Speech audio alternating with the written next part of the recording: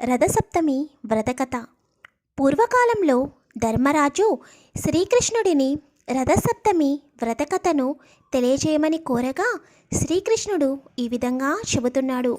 పూర్వము కాంబోజా దేశమున యశోధర్ముడు అనే రాజు ఉండెను.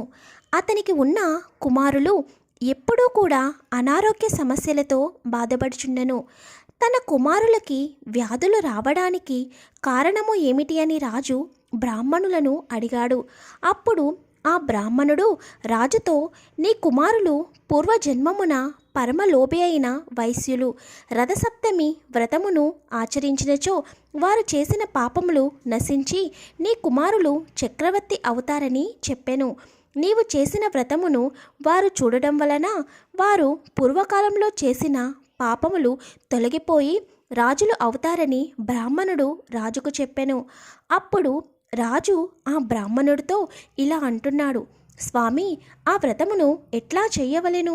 విధి విధానాలతో వివరింపుము అని ప్రార్థించగా అందుకు ఆ బ్రాహ్మణుడు, ఓ రాజా, ఏ వ్రతము చూచినంత మాత్రమున జడత్వము నశించిపోవునో అదే రథసప్తమి. ఆ రథసప్తమి అనే పేరు గల వ్రతము సర్వులందరూ ఆచరించదగినది. ఆ వ్రత ప్రభావమున సకల పాపములు హరించి చక్రవర్తి అవుతారు. ఆ వ్రత విధానమును తెలుపుచున్నాను, శ్రద్ధగా వినుము. మాఘమాసం అందలి శుక్లపక్షము వచ్చే షష్ఠి తిథి దినమున గృహమున ఈ వ్రతమును మొదలుపెట్టవలెను.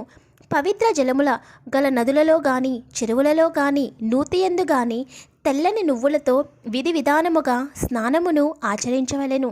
తర్వాత ఇష్టమైన కులదేవతలకు ఇష్టదేవతలకు మొక్కి పూజించి తరువాత సూర్య దేవాలయమునకు పోయి ఆయనకు నమస్కరించి పుష్పములు, ధూపములు, దీపములు, అక్షింతలతో శుభప్రాప్తి కొరకు పూజించవలెను.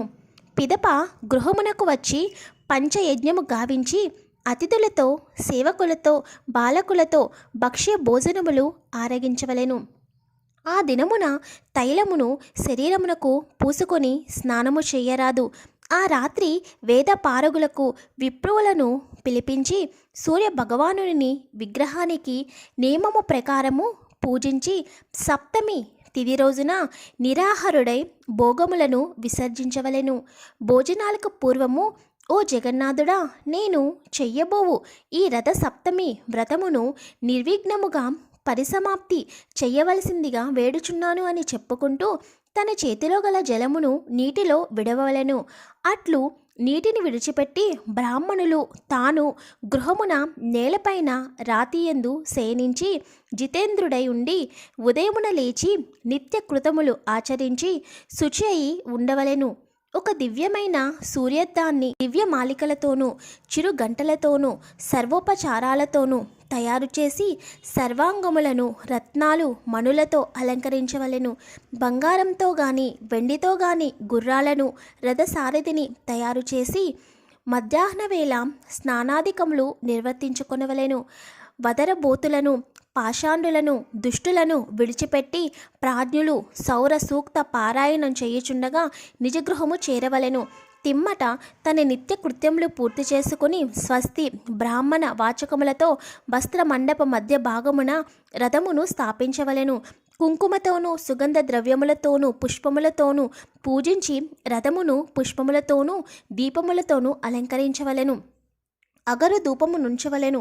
రథము మధ్యన సూర్యుణ్ణి సర్వ సంపూర్ణముగా అర్చన చేయవలెను. ధనలోభము చేయరాదు.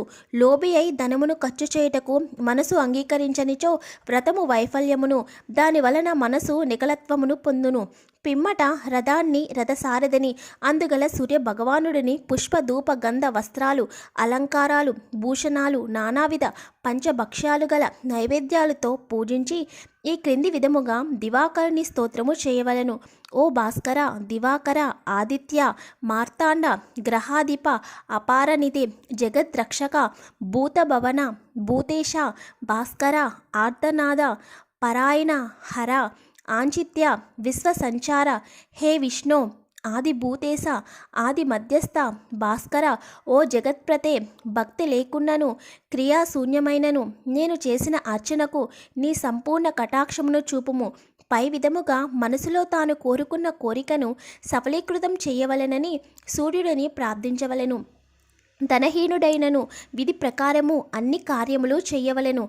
రథము సారథి, గుర్రములు, వివిధ రకాల రంగులతో లిఖించిన బొమ్మలు, ఏదైనా జిల్లెడు ప్రతిమలతో సూర్య భగవానుడిని శక్తి కొలది పూర్వము చెప్పినట్లు విధి విధానముగా పూజించవలెను.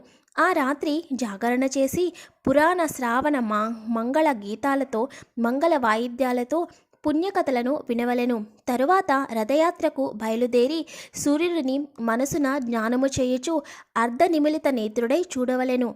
ప్రాతకాలమున లేచి స్నానము చేసి బ్రాహ్మణులకు తృప్తిగా భోజనం పెట్టి వివిధ రత్న భూషణములతో ధాన్యాదులతో వస్త్రాలతో తృప్తిపరచవలెను. అట్లు చేసిన అశ్వమేధ యాగము చేసిన ఫలము లభించును అని బ్రహ్మవిధులు చెప్పిరి. పిమ్మట యథాశక్తి దానమును చెయ్యవలెను. ఈ రథమును తమ పురోహితులైన గురుదేవులకు రక్త వస్త్ర యుగలంతో సమర్పించవలెను. సర్వ ప్రయత్నములు చేత రథసప్తమి వ్రతము ఆచరించవలెను. దాని వలన సూర్యుడు అనుగ్రహం కలిగి మహాతేజులు బల పరాక్రమవంతులు అయ్యి విపుల భోగములు అనుభవించి రాజ్యమునకు ఎటువంటి ఆటంకాలు లేకుండా రాజు అవును. ఈ రథసప్తమి వ్రతమును చేసినచో పుత్ర పవిత్రాదులను కలిగి చివరగా సూర్యలోకము చేరును. అక్కడ ఒక కల్పకాలము చక్రవర్తి పదవిని అనుభవించుచు అని శ్రీకృష్ణుడు చెప్పి ఉన్నాడు అని ఆ బ్రాహ్మణుడు రాజుకు చెప్పి తన దారిన వెళ్ళిపోయాడు. రాజు ఆ బ్రాహ్మణుడు చెప్పిన రీతిగా వ్రతమును ఆచరించి సమస్త సౌఖ్యములు అనుభవించెను. ఆ విధంగా ఆ రాజపుత్రులు ఆ రాజ్యమునకు చక్రవర్తి అయ్యారు. ఈ కథను భక్తితో ఎవరు వింటారో వారికి బాణుడు సంతోషించి మంచి ధనధాన్య సంపదలను ఇచ్చును.